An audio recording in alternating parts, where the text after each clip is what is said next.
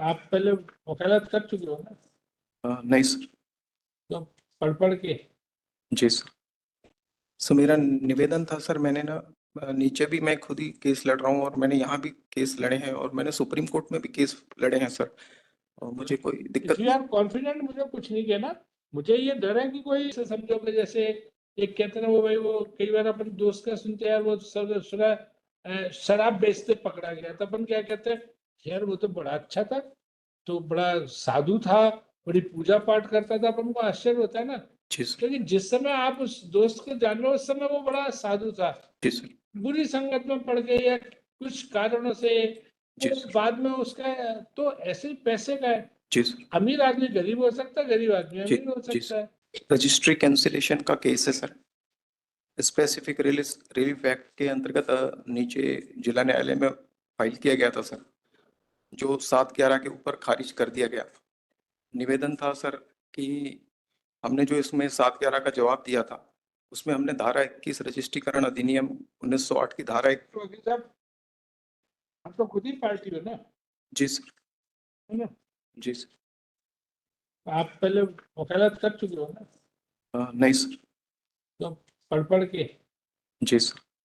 अच्छी बात है, लेकिन आप कॉज लिस्ट देख लिया करो। उसमें पहले तो लगाया है कि ये आपका रजिस्ट्री का ऑब्जेक्शन लगाया है कि ये आपका नहीं चल सकता है, वो आपने देखा? पहले आप उस पर बताओ। मेंटेनेबिलिटी पे सर। तो पहले आप उस पर बताओ, आप क्या काम क्या करते हो आप?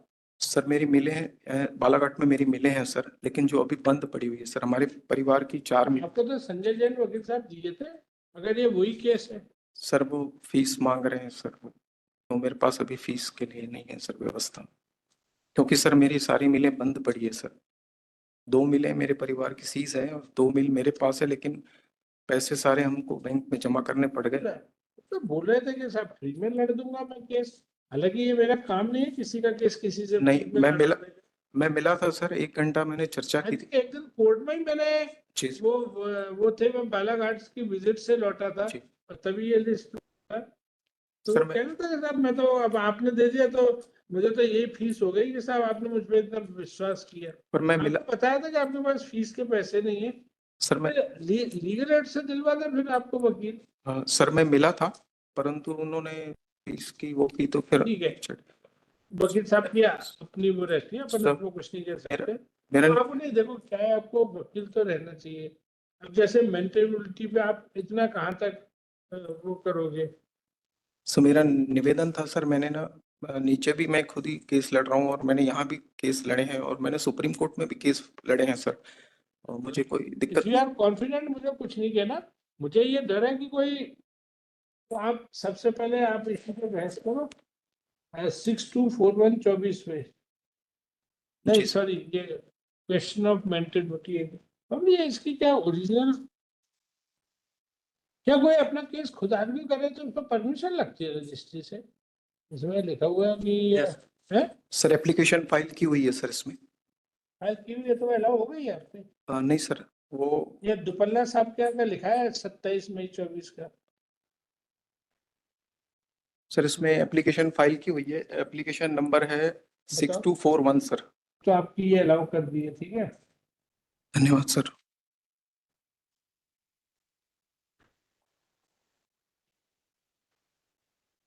कोर्ट फीस भी नहीं दी ना हमने?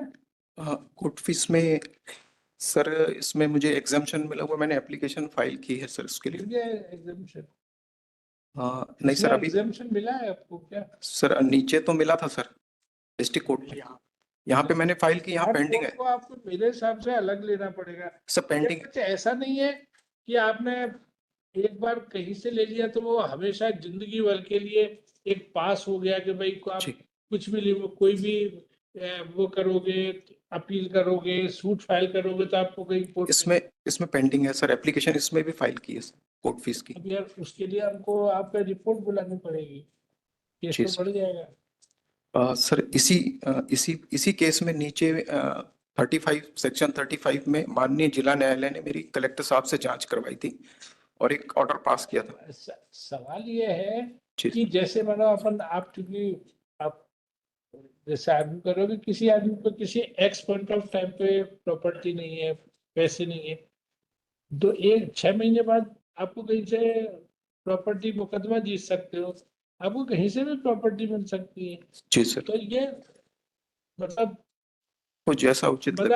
आप ऐसे समझोगे जैसे एक कहते ना, वो भाई वो कई बार अपन दोस्त का सुनते हैं यार, वो सुना शराब बेचते पकड़ा गया, तो अपन क्या कहते हैं, यार वो तो बड़ा अच्छा था, तो बड़ा साधु था, बड़ी पूजा पाठ करता था, अपन को आश्चर्य होता है ना, जी सर, क्योंकि जिस समय आप उस दोस्त को जान रहे हो उस समय वो बड़ा साधु था, जी सर, बुरी संगत में पड़ गए या कुछ कारणों से जी वो सर, बाद में उसका, तो ऐसे ही पैसे का है, जी सर, अमीर आदमी गरीब हो सकता है, गरीब आदमी जी, अमीर हो जी सकता सर, है। जी सर। परंतु सर मुझे मान लीजिए तो सवाल है कि हम ये सब ये काम करें, इसके पहले आप ये तो देख लो, केवल उनकी तो ये लगती है कि आपने ये जो मिसलेनियस अपील लगाई है, वो हम देख लेते हैं कि उनका क्या कह रहे हैं, या किस ऑर्डर के अगेंस्ट आए हो आप। सर ये एक ऑर्डर 7/11 के ऑर्डर में सूट में 7/11 के ऑर्डर में उन्होंने सूट खारिज किया, तो फाइनल मेरिट पे खारिज नहीं किया, 7/11 अलाउ करके वाद कारण अस्पष्ट है करके खारिज किया।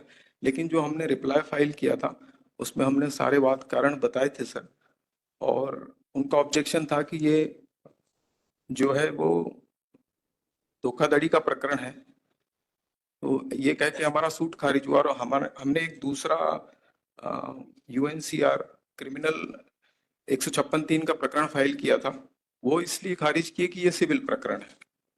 हमने दोनों ऑर्डर में आप ये बताओ, रजिस्ट्री में आपने बात की होगी, ये लोग क्या कह रहे हैं, क्या फाइल करना चाहिए आपको, क्या रिवीजन फाइल करना चाहिए, क्या करना चाहिए क्या नहीं, ये क्या बोले। अब गए थे रजिस्ट्री में या हाईकोर्ट की रजिस्ट्री में, वो क्या बोले, उन्होंने केवल ये लिखा है, कई बार वो लिख देते हैं कि इसकी बजाय ये फाइल करना चाहिए रिवीजन, रिवीजन में लिख देते हैं कि रिवीजन नहीं होगी, मिसलेनियस अपील फाइल जी करनी चाहिए। आपके इन्होंने कुछ लिखी नहीं है, जी केवल लिखा है कि ये मेंटेनेबल नहीं सर, है। ये मेरिट पे फाइनल मैंने कुछ वकीलों से सलाह ली, उन्होंने कहा कि चूंकि ये मेरिट पे फाइल नहीं है सर, मैंने 8-10 वकीलों से सलाह ली, तो इसलिए इसमें मिसलेनियस अपील लगेगी, क्योंकि डिक्री फाइल नहीं हुई है इसलिए मिसलेनियस लगेगी, फर्स्ट अपील नहीं लगेगी सर। तो इसमें लिख दो, registry raise objection but that miscellaneous appeal is not maintain but has not opined what would lie therefore। ठीक है, एक एक हिस्सा हमने आपको आर्गुमेंट की परमिशन दे दी। जी सर, अब अगर हम आपकी आर्थिक क्षमता के बारे में तभी रिपोर्ट बुलाएंगे जब हम पहले ये देख लें कि इसमें क्या वो जी सर, है ना। तो तो नेक्स्ट वीक लगा दे, आप आ जाओगे बालाघाट से जी sir, this next week with to list this case next week with clear cut report as what proceeding should be filed against the impulse order। किस तारीख का ऑर्डर है वो? सर जनवरी का है, 19/1/24 19/1/24। impulse order dated 19/1/24।